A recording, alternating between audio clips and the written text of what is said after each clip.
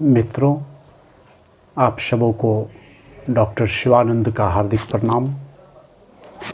आशा करते हैं आप सभी स्वस्थ एवं आनंदित होंगे। हम अपने चैनल में आपका स्वागत करते हैं और आज जो हम जानकारी लेकर आए हैं बहुत ही महत्वपूर्ण जानकारी है जो हम खाते हैं। हमारा जो आहार है, आज हम संतुलित आहार के ऊपर चर्चा करेंगे और आज की जानकारी जो है सो संतुलित आहार के ऊपर जानकारी लेकर आए हैं, क्योंकि आज के दौर में लोग बहुत ज़्यादा बीमार पड़ते हैं, बहुत ज़्यादा बीमार हैं और इस बीमारी का जो कारण है वह कारण है संतुलित आहार का न होना। हम जो खाना खाते हैं, हम जो पीते हैं, इसमें हमारा आहार जो है सो संतुलित नहीं है। आज हम इसी के ऊपर में कुछ जानकारी लेकर आए हैं।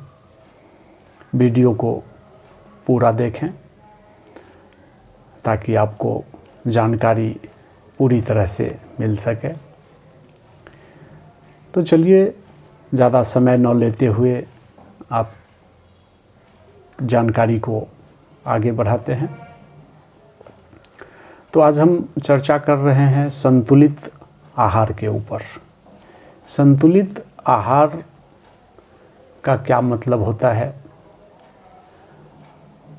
पेट भरने के लिए, भूख को मिटाने के लिए हम कुछ भी खा सकते हैं। कोई भी चीज़ खाया जा सकता है भूख को मिटाने के लिए। पेट को भरने के लिए कुछ भी खा सकते हैं, लेकिन उचित आहार वही है जो शरीर के लिए पौष्टिक हो, जो जिसके खाने से हमारे शरीर में संतुलन बना रहे, ऊर्जा बना रहे।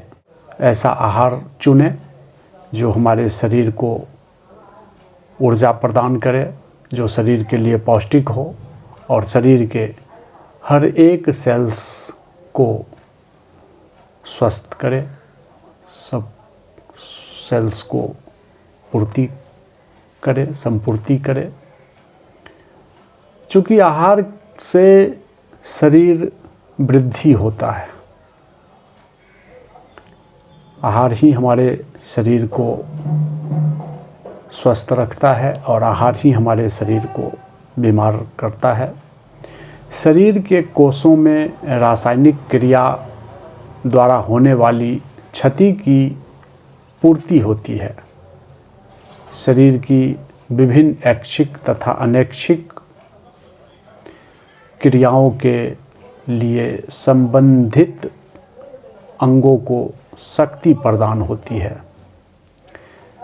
अपने पाचन रसों, हार्मोन्स तथा अन्य स्रावों का निर्माण भी हमारे आहार से ही होता है, हमारे आहार पर ही आधारित होता है, जो शरीर के भार, तापमान तथा शक्ति को व्यवस्थित बनाए रखता है।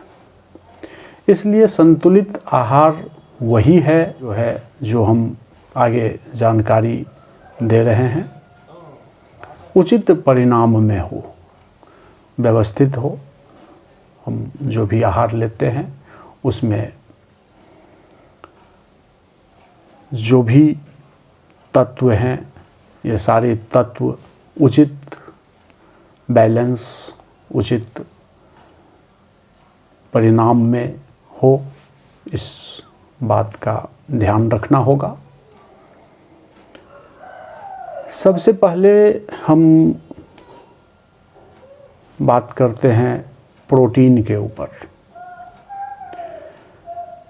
प्रोटीन एक प्रकार का ऐसा रासायनिक योग है जो ऑक्सीजन के सहयोग से यूरिया, यूरिक एसिड, अमोनिया और जल, जो पानी का स्तर है, इसे नए द्रव्य के रूप में ऊर्जा प्रदान करता है।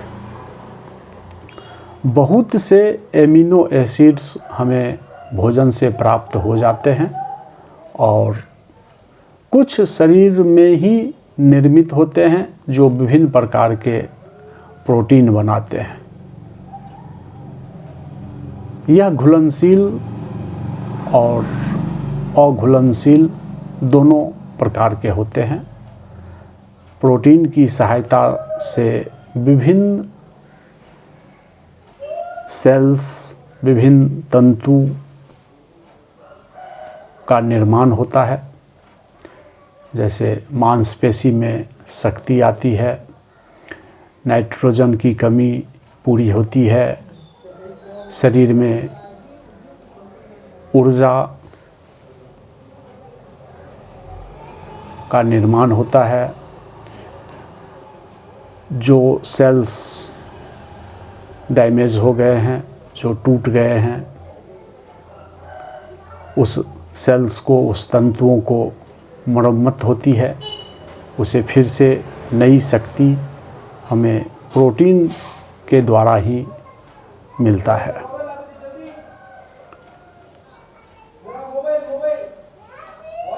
प्रोटीन के अनुपात में कमी आने पर शरीर के विकास में अवरोध उत्पन्न होता है।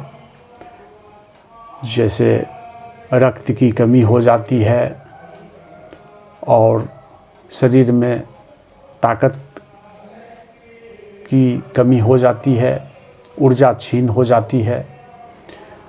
मानसिक शक्ति का भी ह्रास होता है और व्यक्ति में रोग से लड़ने की जो क्षमता है वह कम हो जाती है। तो हमारे आहार में प्रोटीन को बहुत ही ध्यान रखना है, प्रोटीन की कमी ना हो। और यदि प्रोटीन की कमी को बैलेंस करने के लिए जो हम आहार में अब क्या ले सकते हैं, किस चीज़ को खाने से हमारे शरीर में प्रोटीन की कमी को पूरा किया जा सकता है। तो प्रोटीन की कमी को दूर करने के लिए आप दूध है, मलाई, दही, पनीर, मांस, मछली, छिलके वाली दाल, गेहूँ, शकरकंद, सोयाबीन, चने, मटर, राजमा, मूंगफली इत्यादि का सेवन कर सकते हैं। इसमें प्रोटीन ज़्यादा मात्रा में पाया जाता है, तो आप इसे अपने आहार में सम्मिलित करें और प्रोटीन की जो कमी है, प्रोटीन के कमी को आप इसके द्वारा बैलेंस कर सकते हैं, संतुलित कर सकते हैं। तो प्रोटीन बहुत ही आवश्यक तत्व है। प्रोटीन की कमी को पूरा करने के लिए आप इन सब चीज़ों को अपने आहार में सम्मिलित करें।